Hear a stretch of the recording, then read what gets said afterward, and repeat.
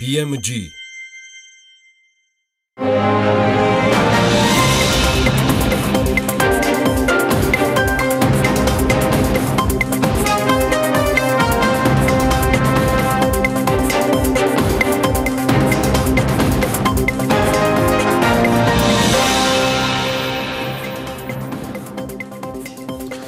სათამაშო ინდუსტრიის შემოსავალი 10-ჯერ 15-ჯერ ნაკლებია იმ რიცხვებზე, რასაც ჩვენი ოპონენტები აჟღერებენ ზუსტი მაჩვენებლების არსებობისთვის კი საქსტატი და სათამაშო ბიზნესი მჭიდრო თანამშრომლობას იწყებენ.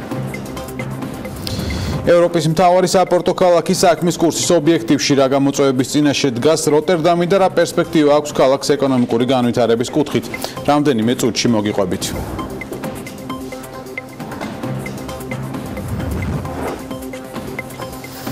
შუადღემშვიდობის საქმის კურსი იწყებს თქვენთვის პირდაპირ ეთერში მუშაობას, რომელსაც დავით ჯალაღონია და ბექა ბაციკაძე გაუძღვებით. მოგესალმებით, გვიყურებთ TV პირველზე და გვისმენთ ჩვენი პარტნიორი რადიოების თბილისის და ჰერეთის ეთერში FM 93-სა და 5-ზე, 102-სა და 8-ზე. სათამაშო ბიზნესი და საქართველოს სტატისტიკის ეროვნული სამსახური თანამშრომლობის ახალ ეტაპზე გადადიან ამ მიზნით სათამაშო ბიზნესის ასოციაციასა და საქსტატს შორის დღეს მემორანდუმი გაფორმდა. მხარეები განმარტავენ, რომ ეს დოკუმენტი დაინტერესებული მხარეებისთვის საჭირო სტატისტიკური ინფორმაციის დროულ მიწოდება შეუწყობს ხელსოფლო დეტალურად. რა ინფორმაციას ვერ იღებდა აქამდე საქსტატი და ახლა შეაგროვებს ან განაახლებს ამის შესახებ სალომე მეცხვარეშვილი ისაუბრებს. სალომე, მოგესალმებით. შუადღემშვიდობის სათამაშო ინდუსტრიის შემოსავალი 10-ჯერ 15-ჯერ ნაკლებია იმ რიცხვებზე, რასაც ჩვენი ოპონენტები აჟღერებენ. ასეთია სათამაშო ბიზნესის ასოციაციის დამოკიდებულება მათი შემოსავლების შესახებ გავრცელებულ ინფორმაციასთან დაკავშირებით. როგორც ასოციაციის თავმჯდომარე ზურაბ ბერუაშვილი ამბობს, იმის გამო, რომ საქართველოს სათამაშო ბიზნესის ინდუსტრია ტექნოლოგიურად განვითარდა, სტატისტიკის წარმოება მოძოლებული მეთოდოლოგიით ხდება, რაც ბიზნესის შესახებ სწორი ინფორმაციის გავრცელებას უშლის ხელს. სწორედ ეს გახდა მიზეზი, რომ სათამაშო ბიზნეს ასოციაციამ საქართველოს სტატისტიკის ეროვნულ სამსახურთან გააფორმა მემორანდუმი. მხარეები ამბობენ, რომ ეს ხელს შეუწყობს საზოგადოებაში სათამაშო ბიზნესის შემოსავლებისა და ბიუჯეტში გადახდილი თანხების შესახებ სწორი აზრის შექმნას. აპელირებდნენ ხშირად ამ ციფრებზე, რომ ბიზნესის შემოსავალი იყო მithom წლის მანძილზე 6 მილიარდი, თქვენ წარმოიდგინეთ 6-ზეც იყო საუბარი, ერთობლივი შემოსავალი მერყეობს დაახლოებით 700 მილიონი და 800 მილიონამდე, მაგრამ განაწილებული მოგება, ანუ ეს ის ციფრია, რომელსაც ქვია გროს რეზულტატი, ანუ შედეგი. ანუ ეს არ არის ნეტ შედეგი, მას უნდა გამოვაკელდეს შესაბამისი ხარჯები, რომელიც ძალიან მაღალია ბიზნესისთვის და საუბარია სადღაცა წლის მანძილზე 100-150 მილიონ დოლარ განაწილებულ მოგებაზე, საიდანაც ბიზნესმა ბიუჯეტში რეალურად გადაიხადა არსებული ციფრები, დადასტურებული ციფრები 350 მილიონი ლარი. აღნიშნული დარგი ხასიათდება გარკვეული თავისებურებებით, ამასთან მაჩვენებლებს ახასიათებს გარკვეული სპეციფიკურობა. შესაბამისად მხარეები თავხდებით, რომ მოვაწყობთ ერთობლივ თემატურ სამუშაო შეხვედრებს, სადაც განხილული იქნება მეთოდოლოგიური საკითხები, შესაბამისად ეს ყველაფერი უზრუნველყოფს აღნიშნული დარგის კომპანიების მხრიდან ოფიციალური სტატისტიკის წარმოებისთვის საჭირო ინფორმაციის შეგროვებას. რაც შეეხება სათამაშო ბიზნესისთვის 2017 წლიდან გაზრდილ გადასახადებს, რომლის მიხედვითაც გაიზარდა მოსაკრებლები როგორც სამორინეების, ასევე ონლაინ თამაშების შემთხვევაში, სათამაშო ბიზნესის ასოციაციის ხელმძღვანელი აცხადებს, რომ ბიზნესმა თავის დროზე ახალ რეგულაციებზე მორგება ვერ მოასწრო. ზურაბ ბერუაშვილის ინფორმაციით, სახელმწიფო ბიუჯეტში სექტორის მიერ გადახდილი თანხები 9 მილიარდს მაინც შეადგენს. გადასახადის ზრდას ბიზნესი არასოდეს არ მიესალმება. ბოლომდე ის თუ ხორციელდება ისეთ პერიოდში და თან ისეთ მოკლე დროში, როდესაც ბიზნესი ვერ ასწრებს რეალურად ადმინისტრირების ან ღონისძიებებისთვის მომზადებას. რეალურად ეგ მოხდა რა. 2017 წლის მონაცემები დაახლოებით 320 მილიონიდან 350 მილიონამდე. გადახდილი გადასახადები, ანუ თითქმის სრული ფისკალი ბიზნესიდან, რაც მიიღო ბიუჯეტმა სახელმწიფო. მაგრამ ეს არ გახლავთ სრული ციფრი, იმდენად, რამდენადაც ჩვენი წარმოდგენით, იმდენად, რამდენადაც ეს არის მარტო სუფთა ციფრი ლიცენზირებული ოპერატორების მხრიდან გენერირებული გადასახადების შესახებ, ასევე მინდა იცოდეთ, რომ ბიზნესში არსებობენ არალიცენზირებული მაგრამ ამ ბიზნესთან პირდაპირ დაკავშირებული კომპანიები, რომლების ხვედრითი წილის გადასახადებში ასევე საკმაოდ მაღალია. როგორც ჩანს, სათამაშო ბიზნესს შენიშვნები აქვს დაგეგმილ რეგულაციებთან დაკავშირებითაც, რომლის მიხედვით სამორინებსა და კაზინოებში შემსრულთა ასაკი 18-დან 21 წლამდე უნდა გაიზარდოს, ასევე შესაძლოა აიკრძალოს რეკლამირება ამ სფეროსი და ასე შემდეგ. მიუხედავად იმისა, რომ ბიზნესს გარკვეული შენიშვნები აქვს, დღეს სათამაშო ბიზნესის ასოციაცია დეტალების კომენტირებისგან თავს იკავებს. საკუთარი დამოკიდებულება აქვს ამ საკითხზე ბიზნეს ომბუდსმენის აპარატსაც, როგორც რამდენიმე წუთის წინ ელენემ აღნიშნა, ბიზნეს ომბუდსმენის მოადგილე ამბობს, რომ სახელმწიფო უწყებები ყურადღებით უნდა მოეკიდონ რეგულაციებს, რომლებსაც ისეთი მსხვილ ბიზნეს უწესებენ, როგორც სათამაშო ბიზნესია, რადგან სექტორს სახელმწიფო ბიუჯეტში საკმაოდ დიდი თანხები შეაქვს. ინდუსტრია ისეთი ტემპებით განვითარდა, რომ ეს პრინციპში მოთხოვნა რეგულაციებთან მიმართებაში პერიოდულად სიახლის ეს ბიზნესთვისაც კარგია, ქვეყნისთვისაც კარგია და საზოგადოებისთვისაც კარგია. რაც შეეხება დეტალებს, ჯერჯერობით დეტალებზე არც ბიზნესი და არც რეგულატორი საბოლოოდ არ არის შეთანხმებული. ამ პროექტთან მიმართებაში ბიზნესს არ აქვს რაიმე სერიოზული კონფრონტაცია. უბრალოდ საუბარია მეთოდებზე, ჩვენ გვაქვს ჩვენი ხედვა. დარგი ასაქმებს ძალიან დიდი რაოდენობის ადამიანებს და ცალკე არის კიდე აღსანიშნავი ის ფისკალური შედეგები, რომელსაც დარგი ხდის ბიუჯეტში, როგორც სახელმწიფო ბიუჯეტში, აგრეთვე ადგილობრივ ბიუჯეტებში. შესაბამისად, ჩვენ ვფიქრობთ, რომ სახელმწიფო სტრუქტურებმა განსაკუთრებული ყურადღება უნდა გამოიჩინონ ამ დარგთან ურთიერთობისას, როდესაც საუბარი არის ამ დარგის რეგულირების გამკაცრებაზე, ვინაიდან ეს არის დარგი, რომელიც საქართველოს ჭირდება. 2017 წლის მონაცემებით სათამაშო ბიზნესის მოსაკრებელმა 119 მილიონ 600.000 ლარამდე შეადგინა, 2016 წელს კი, ანუ მოსაკრებლების გაზრდამდე ეს მაჩვენებელი 73 მილიონი იყო.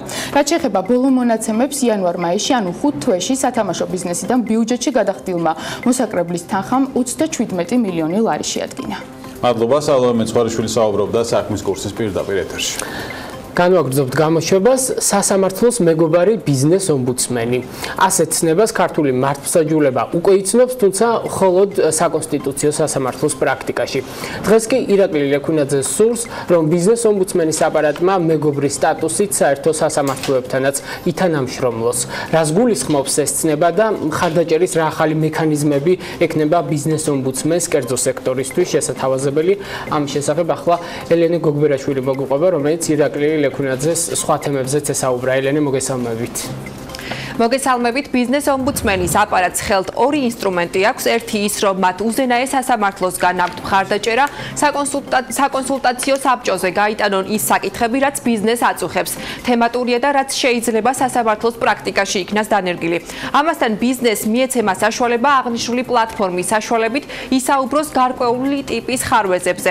მეორე ინსტრუმენტი იქნება სასამართლოს მეგობარის ფუნქცია, რაც ბიზნეს ომბუდსმენს ბიზნესის მეტი მხარდაჭერის შესაძლებლობას მისცემს. კერძო სექტორის სურვილის შემთხვევაში ბიზნეს ომბუდსმენი მზადყოფნას გამოთქვამს ჩაერთოს დავის პროცესში, ეს კი იმ შემთხვევაში თუ ბიზნესის მოთხოვნა იქნება ადეკვატური. გვინდა სასამართლოს მეგობრის ფუნქციის გაფართოება. დღეს ჩვენ კანონით გვაქვს მხოლოდ საკონსტიტუციო სასამართლოში ამის უფლება და ვფიქრობთ, რომ საერთო სასამართლოებშიც ის გავრცელდეს, რადგანაც ბიზნესის უფრო მეტი მხარდაჭერა შევძლოთ. და აღნიშნული წერილი უკვე გაგზავნილი გვაქვს პარლამენტში და იმედი გვაქვს, რომ სადღაც შემოდგომის სესიაზე ეს ცვლილებები იქნება განხორციელებული. ჩვენ ჩართულობა იქნება შემდეგნაირი, თუ ბიზნესს ექნება სურვილი, რომ სასამართლოს დავის პროცესში, რომელიც მას გააჩნია ადმინისტრაციულ უწყებასთან, თუ ის საჭიროებს ჩართვეს, რომ გამოიყენოს სასამართლოს მეგობრის ფუნქცია ბიზნეს ომბუდსმენის ჩართულობით, ჩვენ მზადავართ, რომ შესაბამისი რეკომენდაციაც გავაგზავნოთ, ან ჩვენი იურისტი მივავლინოთ ბიზნესის პოზიციის გასაძლიერებლად. თუ ჩვენ ჩავთვლით, რომ მათი მოთხოვნა არის ადეკვატური და შესაბამისი. ეს არ იყო ერთადერთი საკითხი, რაზეც საქართველოს ბიზნეს ომბუდსმენს ვესაუბრეთ. როგორც ცნობილია, ირაკლი ლექვინაძე რუსთავის ფოლადისა და ტრამპის დაწესებული 25%-იანი ტარიფების საქმეშია ჩართული. მაყურებლისთვის რომ უფრო გასაგები იყოს, დონალდ ტრამპმა კონკურენციისგან ქვეყნის ფოლადის მწარმოებლების დაცვის მიზნით ფოლადის პროდუქციის იმპორტზე 25%-იანი ტარიფი დააწესა, რამაც საქართველოს მწარმოებლებზე ნეგატიურად იმოქმედა. როგორც ირაკლი ლექვინაძემ განგვიმარტა იმისთვის, რომ რეგულაცია არ შეეხოს საქართველოს, ქართულმა მხარემ საკითხი უკვე დააყენა ამერიკულ მხარესთან. ამ პროცესის კიდევ ერთი მხარე არის ის, რომ არსებობს საფრთხე იმ ქვეყნებიდან, რომლებიც სანქციების ქვეშ მოექცნენ, პროდუქცია იაფად შემოვიდეს საქართველოში. ამ შემთხვევაში ქართული მხარე მსოფლიო სავაჭრო ორგანიზაციის ფარგლებში სხვადასხვა მოქმედებების განხორციელებას განიხილავს, თუმცა როგორც ბიზნეს ომბუდსმენი ამბობს, ჯერჯერობით ამ მასშტაბის გავლენასთან არ გვაქვს საქმე, რომ ბაზრის დაცვის აღნიშნული მექანიზმი იქნას გამოყენებული. ჩვენი ინფორმაციით, რაც ჩვენ გაგვაჩნია, არის ის, რომ ეკონომიკის მინისტრის და სამინისტროს ვიზიტის შედეგად ამერიკის შეერთებულ შტატებში, რომელიც იყო მაისში, პირადად იქნა დასმული ეგ საკითხი და განხილული საკითხი იმასთან დაკავშირებით, რომ აღნიშნული შეზღუდვა არ შეეხოს საქართველოს და რადგანაც თვითონ ეს რეგულაცია უშვებს იმას, რომ არის გარკვეული კატეგორია ქვეყნების,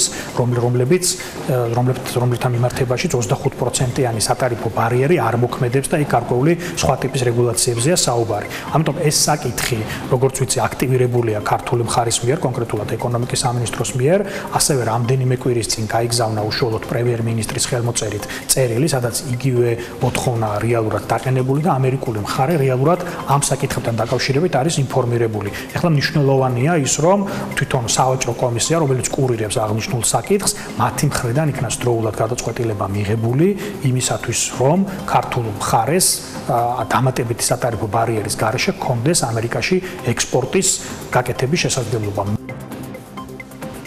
რეგულაციის კიდევ ერთი შედეგი, მას შემდეგ რაც ცეცხლის შემოსავლების დადასტურების გარეშე აღარ გაიცემა ტექნიკის მაღაზიებს, განვადების გზით გაყიდვები თითქმის გაუნახევრდათ. როგორც ბიზნეს ომბუდსმენი ამბობს, ამის შესახებ მათ რეკომენდაციებშიც იყო საუბარი, რაც ეროვნულ ბანკს გაუგზავნეს.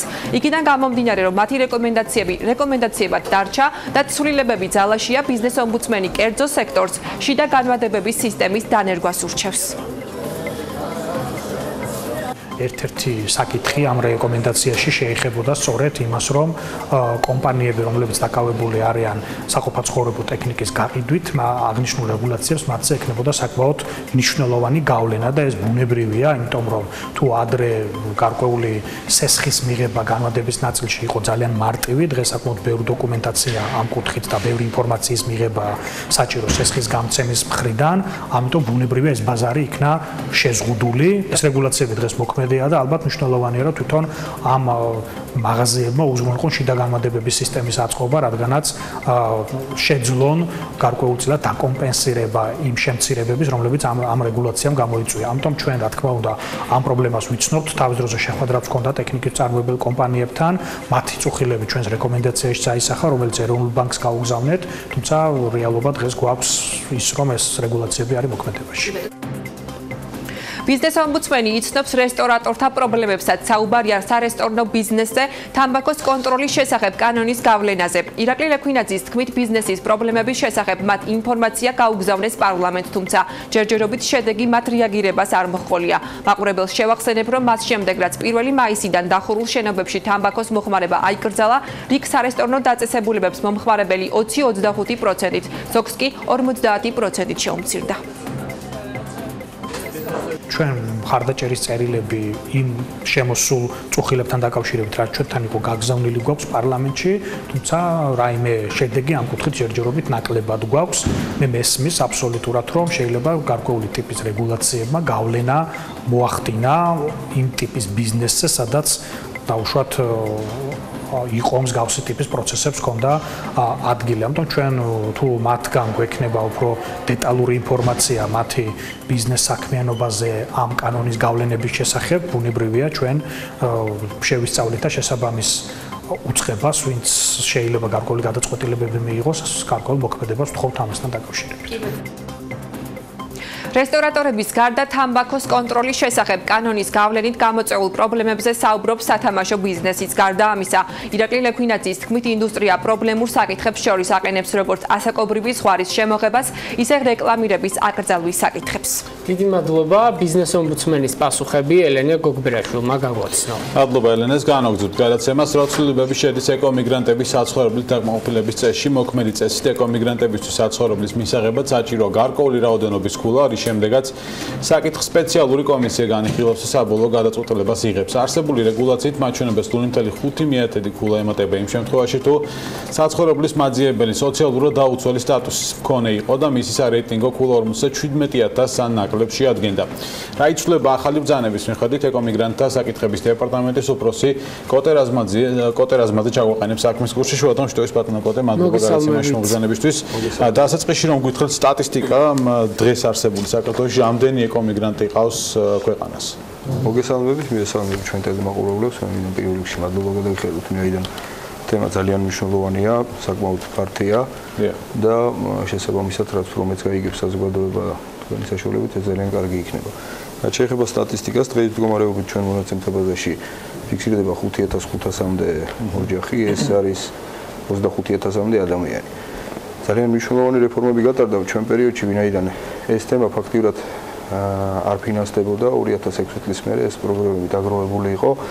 ეხლა შევეჭიდეთ ამ ყველაფერს 4 წელია ჩვენი დეპარტამენტი ფუნქციონირებს და საკმაოდ აი რა საჭიროებები დაგმოგვაქვს ამ 4 წლის განმავლობაში. და აქვე გითხარით ამ 5,000 ოჯახიდან აქვე დააზუსტეთ ციფრი, აი წლის ბოლომდე რამდენი ოჯახი დაკმაყოფილდება? წლის ბოლომდე 120 ოჯახი დაკმაყოფილდება ცენტრალური ხელისუფლების დახმარებით და ასევე ანალოგიურ პროგრამას ჩვენთან საკმაოდ მჭიდრო ურთიერთობით ახორციელებს აჭარის ავტონომიური რესპუბლიკის ჯანდაცვის სამინისტრო და 120 ოჯახით მათი დახმარებით. კი ბატონო. ანუ აჭარის რეგიონში და ზოგადად საცხოვრებლის დაკმაყოფილება რაზეა დამოკიდებული? რეგიონს ანუ საცხოვრებას როგორ არჩევთ? გეტყვით, ესე იგი ჩვენი პროგრამა მუშაობს ჩვენი მთელი ქვეყნის მასშტაბით, ყველა მუნიციპალიტეტის მიმართულებით. უბრალოდ გაიყო 2 წლის წინ ჩვენ ძალიან აქტიური თანამშრომლობა გვაქვს აჭარის ჯანდაცვასთან და მათ აიღეს, ასე ვთქვათ, ვალდებულება ანალოგიური პროგრამის განხორციელებაზე და მეორე წელია საკმაოდ წარმატებულად ახორციელება. კი ბატონო, რაზეა დამოკიდებული, ასე ვთქვათ, საცხოვრისის მიღება ეკომიგრანტებისთვის? აი მე ვახსენებ ბრძანება, რომელიც ახალია და გამოიცა, ძველი წესი, ვთქვათ, ნაწილობრივ განმარტე, მაგრამ მაგ შეიძლება რაღაცების დამატება, ცხადია. ახალი წესის მიხედვით რა იცვლება ეკომიგრანტებისთვის, ვინც ახლა ერულდება, ასე ვთქვათ, დახმარებას? გავიგე, მოდი მაშინ აი ეს წესი ძალიან მოკლედ გეტყვით რა რას მოიცავს. წესი პირველ რიგში განსაზღვრავს ეკომიგრანტის მცნებას სამართლებრივად და რა თქმა უნდა ეკომიგრანტი ოჯახი ვინ ითვლება. ძალიან მოკლედ თუ გნებავთ უფრო სიღრმეებში შევალ. ამ დღევანდელი ცვლილებებით, ასე ვთქვათ, წინაკვირის ცვლილებებით შევიდა ორი მნიშვნელოვანი დეტალი, რომ ჩვენ სოციალურად დაუცველ ოჯახებს ვანიჭებდით შესაბამის ქულას. ეს იყო შარშანდელი ცვლილებამდე, ჯანდაცვის სამინისტროს ცვლილებამდე. და ეს გაიზარდა მათი ჯანდაცვის სამინისტროს მიერ მიწებული კოეფიციენტი და 65,000-ის კოეფიციენტი, ვისაც აქვს ქულა, მას ემატება ჩვენს მიერ დადგენილი იყო და გაიზარდა 65,000. კი ბატონო, ეკომიგრანტის თავადმცნება ვინ არის ეკომიგრანტები, რა შემთხვევაში შეენიჭებათ მათ სტატუსი ეკომიგრანტი? ეკომიგრანტი ოჯახი ენიჭება სტატუსი იმ შემთხვევაში, თუ ოჯახი დაზარალებულია კონკრეტული გეოლოგიური სტიქიური მოვლენების გამო, მაგალითად ვარცოფი, მეწყერი, ქვათაცვენა და ასე შემდეგ. აქ შედის მიწისძვრა, ვინაიდან მიწისძვრის შედეგად ის ადგილზე გადაადგილებას არ ექვემდებარება, შესაბამისად ადგილზე შეიძლება რაღაცის მშენებლობა.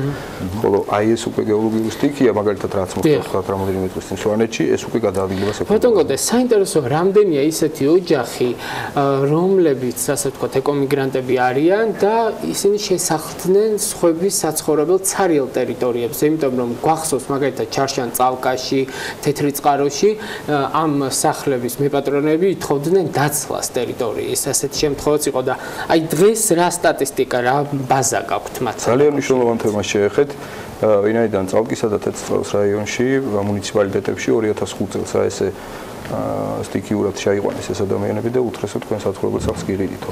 მას შემდეგ რაც ჩვენ დავიწყეთ ამაზე მუშაობა 4 წლის წინ ჩვენ დეტალურად შევისწავლეთ ეს ოჯახები და გაიგო რომ იქ მაცხოვრებელთა დიდი უმრავლესობა სტიქიით დაზარალებული ეკომიგრანტები არ არიან და აჭარიდან წარმოსულები არიან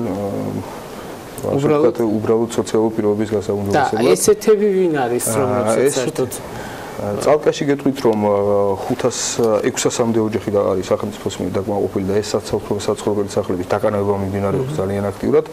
ხოლო ეს სხვა დანარჩენი ოჯახები, რომელსაც სრული ბაზა თუ გაქვთ, აი ეკომიგრანტების სწორად ამას მოგახსენებთ, რომ ის მონაცემთა ბაზა, რომელიც ჩვენთან 2 წლის წინ შეიქმნა, აი ამ ბაზაზე დაყრდნობით გადაყრდნობით ამბატიკას. რაც შეეხება დახმარებას, ერთჯერადია ეს დახმარება სახელმწიფოსგან, მე გულწრფობ იმას საცხოვრებლად დაუკანონოთ და გადასცეს. ერთჯერად დახმარებაა თუ ითვალისწინებს გარკვეულ სხვა პროგრამებსაც, რომელსაც შეუძლიათ რომ ეკომიგრანტებმა მიიღონ. ჩვენი პროგრამა კონკრეტულად ჩვენი დეპარტამენტის მიმართულება გახდა საცხოვრებლით უზრუნველყოფა. ჩვენ მივახციეთ იმასაც, რომ ეს ადამიანები თვითონ მონაწილეობენ ამ ყველაფერში და რა პრობლემით გეტყვით. გამარჯვების შემთხვევაში კომისიის შემდეგ გადაწყვეტილებით გადაწყვეტილების მიღების შემთხვევაში ოჯახი თვითონ ეძებს თავის საცხოვრებელ ადგილს, საცხოვრებელ სახლს, ეს მოაქვს ჩვენთან და შემდგომი პროცედურის მიხედვით ჩვენ ვყიდულობთ ამ სახლს. გარდა ამისა, სამის დროში მოქმედებს რაღაც კრიტერიუმები იქნება თუ არ არის კრიტერიუმები? რა თქმა უნდა, კრიტერიუმები არის და ეს კრიტერიუმები განსაზღვრავს ზუსტად იმ რიგითობას, რა რიგითობითაც ჩვენ ვაკმაყოფილებთ, ვინაიდან წელიწადში 200 ოჯახის დაკმაყოფილება, როცა 5000 ოჯახი ყავს, რაღაცით უნდა დააბალანსო და რიგითობა უნდა განსაზღვრო. საკუთრებაში სახლის საკუთრებაში გადაცემის შემდეგ ჩვენთან მოქმედებს CP სამინისტროში დევნთა და ეკომიგრანტთა უზრუნველყოფის სააგენტო, რომელმაც დაიწყო უკვე მიმდინარეться ძალიან აქტიურად მათი ინტეგრაციის პროგრამის შემუშავა. ბიუჯეტი სანამ დათო იკითხავს, მთლიანი ბიუჯეტი რამდენია ამ პროგრამის, რომელიც ეკომიგრანტების საცხოვრებლით უზრუნველყოფს? 3 მილიონი ნახევარია წელს და ეს არის ყველაზე მაღალი ნიშნული. გასული წლებიდან მე მოგახსენებთ, რომ 2006 საერთოდ 0 იყო, 2012-დან 13-დან ჩვენ დავიწყოთ ნელა და ავედით 3 მილიონზე. ასევე მინდა დავამატო აქ ის რაც განაღვნიშნა რომ ჯანდაცვის აჭარის პროგრამაც 3 მილიონი. ანუ ჯამში სახელმწიფო იმდენად მნიშვნელოვანია ეს თემა, რომ 6 მილიონ ლარს ხარჯავს ამ ოჯახების დახმარებას. იცით რა მაინტერესებს? აი ამ პრობლემების გადასაჭრელად თუ სადეთ რაღაცა ისეთი ფორმატი შემუშავება, სადაც აი ბიზნეს სექტორი რაღაც მექანიზმები დაინტერესდებოდა. მაგალითად აი თბილისში როდესაც არა სტიქიური უბედურების შემთხვევაში მხოლოდ არამედ სხვა გარემო პირობების გამო ინგრევა რაღაც შენობები და ეხლა მაგალითად ხრუშოვკებზე გვაქვს ესეთი თემა, აქ ბიზნესს თავაზობენ პირველ რიგში პლატფორმას, რომ აიღონ თავიანთ თავზე და მოირგონ კომერციული მიზნებით.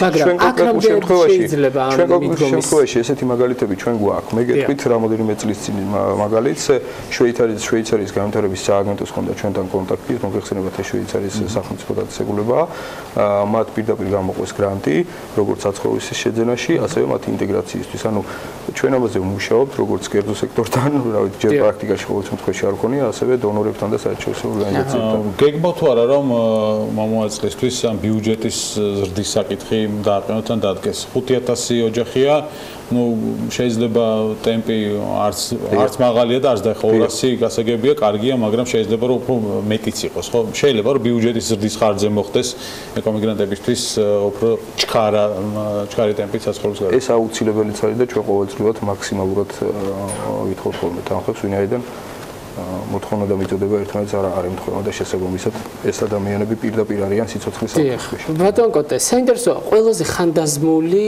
რა ოჯახები შემოგჩათ, რა ვადის, როდის დაზარალებული? დიახ, რომლებიც ელოდებიან თქვენგან დახმარებას. მე გეტყვით, რომ დაახლოებით 90-იანი წლების მერე, თუ შეიძლება ესე ითქვას, მიგდებული იყო ეს თემა, მე წინაც აღვნიშნე.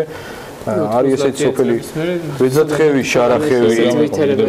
შარახევი, მაგალითად ზემოაჭარაში, წაბლანა, ესეთი სოფლები ჩვენ დავხურეთ, ანუ იქიდან ადამიანები საერთოდ გამოვიყვანეთ. შეიძლება ითქვას, რომ 90-იანი წლებიდან მოყოლებული ჩვენ ბენეფიციარები გვყავს. კიდევ გყავთ. კი. ის ადამიანები, ვინც 90-იანი მაგრამ რომლებიც ელოდებიან, ესენი არიან როგორც დაკმაყოფილები, ასევე როგორც ელოდებიან. ჩვენ ერთი პრინციპი გვაქვს, რომ ძალიან მნიშვნელოვანი პრინციპი გვაქვს, რომ თუ ალტერნატიული საცხოვრისი აქვს, რა თქმა უნდა, ის უფრო მოლოდინის რეჟიმშია, ვიდრე რა თქმა უნდა. ცოტა ყვებით. კი ბატონო, გასაგებია, წარმატებები, დიდი მადლობა გადაცემის მომზადებისთვის. კოტე რაზმაძე იყო საქმის კურსის პირდაპირ ეთერში. რეკლამის შემდეგ იბრუნდებით საინტერესო სტუმრით და ასევე თემით, ასე რომ დაგველოდეთ დროებით.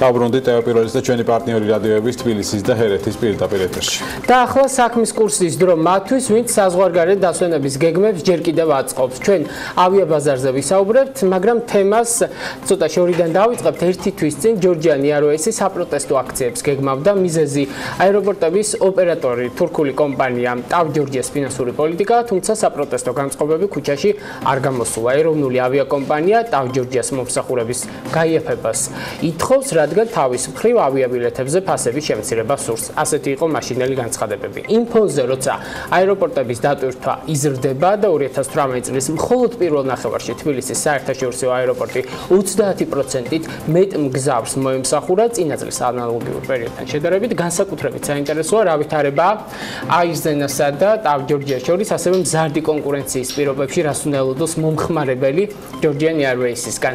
პასუხებს აირზენას კომერციული დირექტორის მოადგილისგან მოვისმენ ჩვენი სტუმარია თამუნა თანდაშვილი, რომელიც ერთი თვეა დაახლოებით შეუერთდა ჯორჯიანი აირვეისის გუნდს და რა გეგმებით შეუერთდი ამ გუნდს თავიდან დავიწყოთ ამაზე საუბრი. მივესალმებით თქვენს მაყურებელს.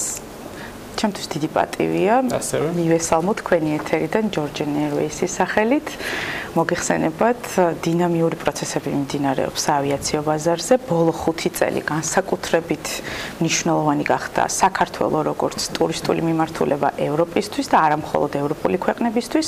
მნიშვნელოვანი გახდა ტურიზმში ასეთი ციფრების დაფიქსირება, რომელიც ყოველწლიურად თითქმის 20%-მდე მზრდადია და ამ ვითარებაში განსაკუთრებული ადგილი ავიაციას უკავია. მოგეხსენებათ, რომ ჯორჯიანი აირვეისი ქართულ ბაზარზე უკვე 25 წელია ოპერირებს. ეს პატარა ციფრი არ არის, თუკი ქვეყანა როგორც ტურისტული მიმართულება სტარტაპერია, საავიაციო ბაზარზე ქართული დროშა უკვე 25 წელია ფრიალებს. ეს მნიშვნელოვანი ფაქტორია, იქიდან გამომდინარე, რომ ავიაცია საკმაოდ მაღალ რისკებთან დაკავშირებული ბიზნესია და როდესაც კერძო კომპანია ახერხებს შეინარჩუნოს ბრენდის იდენტობა, დაწყებული რეგულარული ფრენებით, უпростоრად დაწყებული ჩარტერული ფრენებით, შემდეგ გაგრძელებული ამდენი პირდაპირ მიმართულებით რეგულარული რეისების განხორციელებით, იმ გამოწვევების ფონზე, რომელიც ქვეყანას, ვთქვათ, ვიზა ლიბერალიზაციის შედეგად დაუდგა, ავიაკომპანია მზად იყო ბაზრისთვის შეეთავაზებინა ამდენი მიმართულებით პირდაპირ რეისი. ამ 25 წლის განმავლობაში ავიაკომპანია ბევრი, ასე ვთქვათ, ეტაპი გამოიარა. დღეს რა გამოწვევების წინაშე ავიაკომპანია, როცა ტურისტული ბაზარიც არის მზარდი, დაეწია ეს სტარტაპიც ავიაკომპანიას, როცა აქედან მოთხოვნაც თქვა ქართველების მხრიდან სხვადასხვა მიმართულებით მოგზაურობაზეც ბოლო წლებში არის გაზრდილი, ხო? ეხლა 25 წლის წინამდე მარშრუტებს რომ შევადაროთ, კოლოსალური ზრდა იქნება. ეს რა გამოწვევებს აჩენს ავიაკომპანიისთვის დღეს? მნიშვნელოვანია ის გამოცდილება, რომელიც საერთაშორისო ავიაციო ბაზარზე აქამდე დავაგროვეთ. მე მოგეხსენებათ, სხვა ავიაკომპანიას წარმოვადგენდი, საერთაშორისო ავიაკომპანიას ქართულ ბაზარზე და ხშირად, როდესაც ევროპის ქვეყნების წამყვან ტურისტულ კომპანიებთან გვიწევდა მოლაპარაკებები და მათი მოზიდვა საქართველოში თითქმის 90% პირდაპირ რეისებს ითხოვს. ამ რეისების განხორციელების ფუფუნება მხოლოდ ეროვნულ ავიაკომპანიას შეუძლია მყისიერად და არ დასჭირდა დიდი დრო აეროპორტებთან მოლაპარაკებას, იგივე ტურისტულ ბაზართან შეთანხმებების მიღწევას. გამოწვევა არის შემდეგი. ჩვენთვის მნიშვნელოვანია გავაცნობიეროთ, რომ ავიარეისი ორმხრივია საქართველოდან ევროპის მიმართულებით, იქნება თუ აზიის მიმართულებით და პირიქით. ჩვენ უნდა გავავითაროთ ის ავიამიმართულებები, სადაც რეგულარულ რეისებს ვახორციელებთ. ზაფხულში საქართველოს ეროვნული ტურიზმის ადმინისტრაციამ დაიწყო იმ ღონისძიებების გატარება და ტურისტული ბაზრებისთვის პირდაპირ რეისებს, სადაც ვახორციელებთ, მათთვის საქართველოს პოტენციალის გაცნობა. ამ ღონისძიებებში ვიყავით აქტიურად ჩართულები, ბოლონიაში ერთობლივად წარვდექით ტურისტული და მედია ბაზრის წინაშე და ძალიან კარგი გამოხმაურება მოყვა, როდესაც კერძო სექტორი სახელმწიფოსთან ერთად ერთიანი მიზნით ერთიანდება და ქვეყნის პოზიციონირებას ახდენს უკვე უცხოურ ბაზრებზე. აქედან გამომდინარე, ეტაპობრივია სამუშაოები.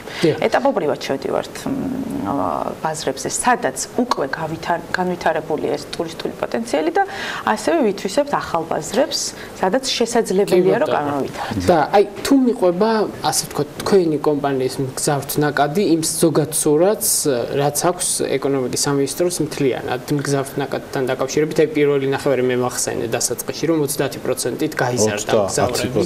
ზოგადად მთელ მსოფლიოში ძალიან უცნაურად ვითარდება საავიაციო ბაზარი. თუ 10 წლის წინ უფრო მეტად ევროპული ბაზარი იყო აქტიური, ახლა უკვე აზიური ბაზარი გახდა მგზავრებისთვის უფრო საინტერესო ტურისტული მიმართულები და ზრდას აზიური მიმართულებით ხედავთ. თუმცა სადღაც საქართველოს სწორი პოზიციონირება დაიჭირა თავისი სახელმწიფო პოლიტიკით, კერძო სექტორმა თავისი კერძო ბიზნესის განვითარების მიმართულებით და თანხმედრაში მოხდა კერძო ბიზნესის და სახელმწიფოს ინტერესების გადაკვეთა. ეხლა თვითონ ბაზარი ძალიან დინამიურია. მოიცავს როგორც ახალ საერთაშორისო ავიაკომპანიებს, ასევე ნაციონალური ავიაკომპანია, როგორც უკვე აღნიშნეთ, 25 წელია ოპერირებს. გვაქვს სხვადასხვა ტიპის ავიაკომპანიები ბაზარზე. დაბალბიუჯეტიანი და სრული სერვისის მომწოდებელი. ჯერ კიდევ მომხმარებლისთვის და მგზავრებისთვის არ არის მკაფიოდ ნათელი, რას ნიშნავს დაბალბიუჯეტიანი ავიაკომპანია და რა სერვისები უნდა მოუთხოვოთ და რა მოლოდინები უნდა გქონდეს მათ მიმართ და შესაბამისად სრული სერვისის პროვაიდერები. Georgian Airways ყოველთვის იყო სრული სერვისის მიმწოდებელი ავიაკომპანია, რომლის ბილეთის ღირებულებაში შედის კვება და ბარგი მოგეხსენებათ. შესაბამისად, ამ ტიპის ავიაკომპანიების საფასო პოლიტიკა განსხვავდება დაბალბიუჯეტიანი ავიაკომპანიებისგან, თუმცა კამპანიები მიმართულებების მიხედვით, კამპანიები ფასთან დაკავშირებით, ყოველთვის დაახლოებით 6 თვით ადრე ნათელი ხდება და ცხადი მომხმარებლისთვისაც, მგზავრისთვისაც ავიაბილეთების შეძენა შესაძლებელია როგორც ონლაინ, ასევე ვთქვათ, ტურისტული სააგენტოების მეშვეობით. ჩვენ აქცენტს გავაკეთებთ ქართული ტურისტული ბაზრის განვითარებაზე, უფრო მჭიდრო თანამშრომლობას ვგეგმავთ ქართულ ტურისტულ სეგმენტთან, უფრო აქტიურად ვგეგმავთ, თქვა, ონლაინ პლატფორმებზე ვიყოთ წარმოდგენილი, რადგან ძალიან მნიშვნელოვანია ის დიჯიტალიზაციის პროცესი, რაც მთლიანად მთელ ავიაციაში ეს არის ახლა გამოწვევა, არა მარტო საქართველოში, არა მარტო ქართული ტუროპერატორებისთვის, არა მარტო ქართული აეროპორტებისთვის. თქვენ იცით, რომ საქართველოში არის როგორც დაბალბიუჯეტიანი აეროპორტი, ასევე სრული სერვისის პროვაიდერი და ავიაკომპანიები შესაბამისად ირჩევენ, თქვათ, რომელ აეროპორტში შეესაბამება მათ ბიზნეს მოდელს. რაც შეეხება მომხმარებლებს, ანუ კონკურენციაზე, აქ არ არის კლასიკური გაგებით კონკურენცია შეიძლება არ იყოს ავიაკომპანიებს შორის. იქიდან გამომდინარეც, რომ ზოგიერთი ავიაკომპანია თქო თავაზობს სრულ სერვისს, ზოგიერთი არის დაბალბიუჯეტიანი და ასე შემდეგ. აი კონკურენციის პრინციპი რაში მდგომარეობს, როდესაც ანუ მომხმარებელი არჩევანს აკეთებს დაბალ ფასსა და მაღალ ფასს შორის თუ მომხმარებელმა არჩევანი გააკეთოს სერვისში და უსაფრთხოებაში. აი ეს კონკურენცია როგორ ხდება ავიაკომპანიებს შორის, იმიტომ რომ ქართული მომხმარებელი ხშირად როდესაც აკეთებს არჩევანს, ეკნობა ფასს. არა მარტო ქართველი, მსოფლიო არის ფასთან სენსიტიური, როდესაც ვსაუბრობთ ავიაბილეთის ღირებულებას, რომელიც ადრე ფუფუნების საგანი იყო, ახლა კი მხოლოდ სატრანსპორტო საშუალებად იქცა. თუმცა საერთაშორისო საავიაციო სატრანსპორტო ასოციაციის IATA-ს მიხედვით, რომლის წევრიც Georgian Airways 2010 წელს გახდა, უსაფრთხოება არის ნომერ პირველი, რასაც მომხმარებელი ყურადღებას აქცევს, რაც მნიშვნელოვანია მისთვის. შემდეგ მოდის უკვე კომფორტულობა ავიამიმართულების, რაშიც იგულისხმება ის დრო ფრენის, რომელიც ერთი მიმართულებიდან მეორე მიმართულებაზე არის განსაზღვრული, თუ კი საქმიანი ვიზიტით მიემგზავრებიან მგზავრები, მათთვის რა თქმა უნდა პრიორიტეტულია დღისა თუ ღამის რეისი იქნება, რა ხანგრძლივობის არის ფრენა, შესაძლებელია თუ არა პირდაპირ რეისით ვიფრინოთ, ჩვენ აქცენტი პირდაპირ რეისზე გავაკეთეთ, ვინაიდან ვიზა ლიბერალიზაციის პირობებში ძალიან ბევრი ადამიანი უბრალოდ პირველად მიემგზავრება ევროპაში და არ არის მარტივი აეროპორტში, როდესაც ენა თქვა შეიძლება კარგად არის და გააგრძელოს. აი ფასებზე როდესაც საუბრობთ,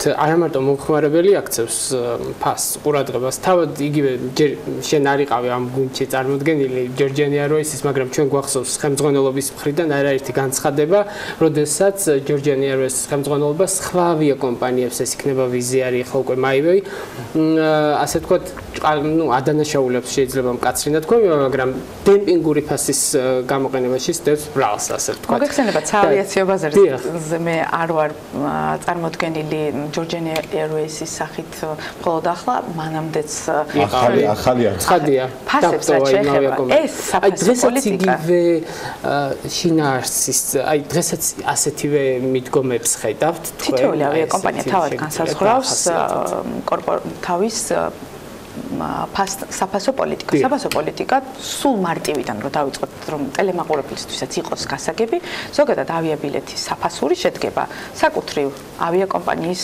ტარიფისგან, შემდეგ არის აეროპორტის მოსაკრებლები და შემდეგ სერვისის გადასახადი, რაც დაკავშირებულია იგივე ტურისტული კომპანიებისგან, როდესაც ვიძენთ ავიაბილეთებს და ხშირად აღნიშნავენ რომ სხვადასხვა ფასია რატომ არის რითი ეს გამოწვეული, ეს არის უბრალოდ სერვისის გადასახადი, რაც აუცილებლად ტურისტულმა სააგენტომ უნდა მიიღოს იმ სერვისიდან გამომდინარე, რომელსაც გაგიწევთ. ამ მიმართულებით Georgian Airways-ის პროდუქტები არის განსხვავებული. ეს არის პირდაპირი რეისები, იმ მნიშვნელოვანი მიმართულებით, როგორიც არის საფრანგეთი, ჰოლანდია, გერმანია, იტალია. ეს ის სტრატეგიული მიმართულებებია. ბელგია შესაბამისად, როდესაც დედაქალაქიდან, თბილისიდან პირდაპირ რეისს ახორციელებ, შესაბამისად საფასო პოლიტიკა არის დამოკიდებული საოპერაციო ხარჯებთან და ასევე იმ ბაზრების აქტიურობასთან. მოდით ვთქვათ, საფრანგეთიდან რამდენ ტურისტს ვიღებთ. და რამდენის მიღების შესაძლებლობა გვაქვს. რამდენად არის ჩართული ავიაკომპანიები ქვეყნისთვის სასარგებლო საქმეში, რომელიც გულისხმობს ტურიზმის განვითარებას, რამდენად თანამშრომლობენ ავიაკომპანიები იმ ტურისტულ სეგმენტებთან, რამდენად ხელს უშლიან ალბათ. რასაკვირველია, მაგრამ ფუფუნება იმისა, როდესაც ქართული ხარ, შესაძლებელია სახელმწიფოსთან ერთად ეს განახორციელო.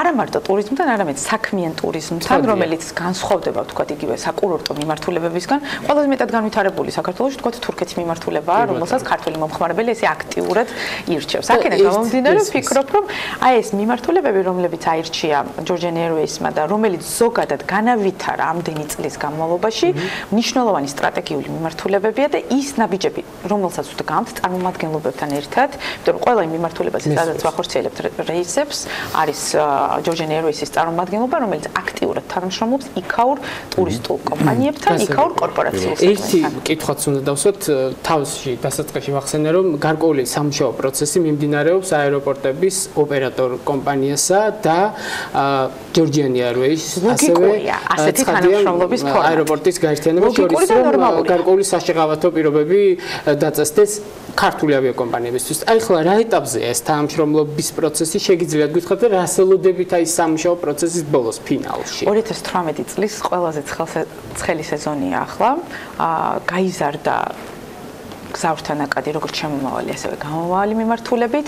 ნორმალური და ლოგიკური პროცესია, რომ კერძო ბიზნესი აქტიურად ცდილობს საკუთარი ინტერესების დაცვას და ამ ინტერესების სახელმწიფოებრივ ინტერესებთან გადაკვეთას, შესაბამისად, იმიტომ რომ ავიაცია არ არსებობს მოქალაქეების ინტერესებზე მორგების გარეშე. ჩვენ მაქსიმალურად ვიცავთ მოქალაქეების ინტერესებს, მათ სურვილებს, მათთვის საინტერესო ავიამიმართულებების შეთავაზების გზით და ბუნებრივია, როგორც თბილისის საერთაშორისო აეროპორტი, ისევე ქუთაისის საერთაშორისო აეროპორტი ორივე დაინტერესებულები არიან ავიაკომპანიებთან მჭიდრო თანამშრომლობით, ახალ ავიაკომპანიებთან ურთიერთობების დამყარებით და იმ არსებული ურთიერთობების გაუმჯობესების და გამყარების მიზნით, რაც საბოლოო ჯამში თითოეულ მოქალაქე მე თამუნათანდაშულმა თქვენ და ბექამაც უნდა ისარგებლოს მაქსიმალურად კომფორტული, ადეკვატური და უსაფრთხო სერვისი. და ეს არის ჩვენი ამბავი. ჩემთვის ყველაზე მთავარი ამ შემთხვევაში. ჩვენ საუბარში აღვნიშნეთ, რომ ბექას ფრენის ეშინია და შესაბამისად კომფორტი ეს რაღაცა მთავარია უსაფრთხოება. წარმატებები, დიდი მადლობა თანამშრომლობისთვის.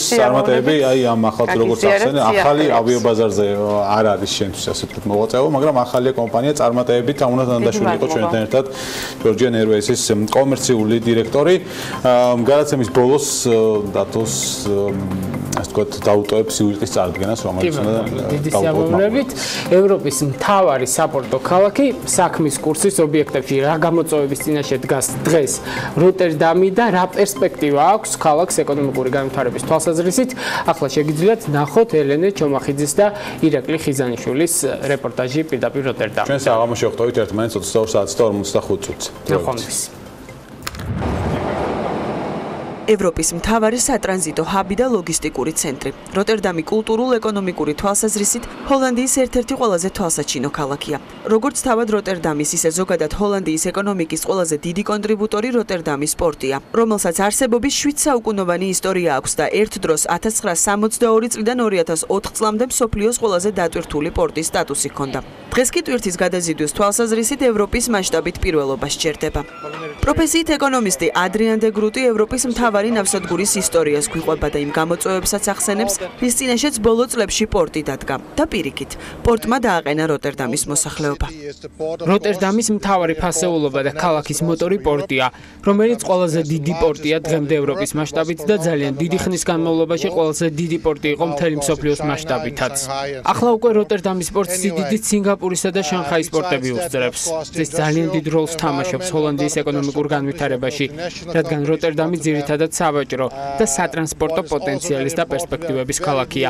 50-იან და 60-იან წლებში ძალიან ბევრი ადამიანი ჩამოდიოდა როტერდამში, კერძოდ კი პორტში დასაქმების მიზნით. ჩამოდიოდნენ მაროკოდან, თურქეთიდან, იტალიიდან და სხვა არაერთი ქვეყნიდან. სიტუაცია ისე შეიცვალა, რომ პორტში ადამიანური რესურსი მუდმივად იკლებს, რადგან სამუშაო პროცესი ავტომატიზირებულია. ზოგადად პორტში კონტეინერების კუთხით განვითარებამ და პროგრესმა გამოიწვია უმეტესწილად ადამიანური სამუშაო ძალის შემცირება. ადამი იხსენებს, რომ რაც თავი ახსოვს, სპორტი მის ქალაქში ყოველთვის ყველაზე სასურველი და მოთხოვნადი ადგილი იყო დასაქმებისთვის. დღეს აქ 1100 ადამიანია დასაქმებული, თუმცა ზოგადი ფონი უმუშევრობის თვალსაზრისით ქვეყანაში ყველაზე მეტად კი როტერდამში ბოლო რამდენიმე წელია პერმანენტულად უარესდება. 2016 წელს ქალაქში უმუშევრობის მაჩვენებელი 11.3% იყო, რაც ჰოლანდიელი ეკონომისტის შეფასებით საკმაოდ ცუდი შედეგია იმ ქალაქისთვის, რომელიც ერთ დროს დასაქმების კუთხით გამორჩეული იყო მთელ ევროპაში. ზოგადად ჰოლანდიაში უმუშევრობის დონე 5-6%-ია, მხოლოდ როტერდამში აღნიშნული მაჩვენებელი 10%-ს აჭარბებს. ქალაქისთვის და ზოგადად ქვეყნისთვის აღნიშნული მაჩვენებელი საკმაოდ მაღალია. როტერდამში განვითარების პერსპექტივა ადამიანებისთვის არც ისე სახარბიელოა, ეს უკავშირდება განათლებას უმეტესწილად. განსაკუთრებით რთული მდგომარეობაა თურქებისა და მაროკოელების შემთხვევაში, რასაც ვერ ვიტყვით ესპანელებსა და იტალიელებზე. თურქებს რაც შეეხებათ, თუ პოლიტიკურ ჭრილში განვიხილავთ მათ პრობლემებს, ჰოლანდიაში საქმე ის არის, რომ მათ უმეტესობას მოსწონს ერდოღანი და მისი პოლიტიკა, ეს კი მიუღებელია ჰოლანდიელი ხალხისთვის, ისევ და ისევ დემოკრატიის დაცვის თვალსაზრისით.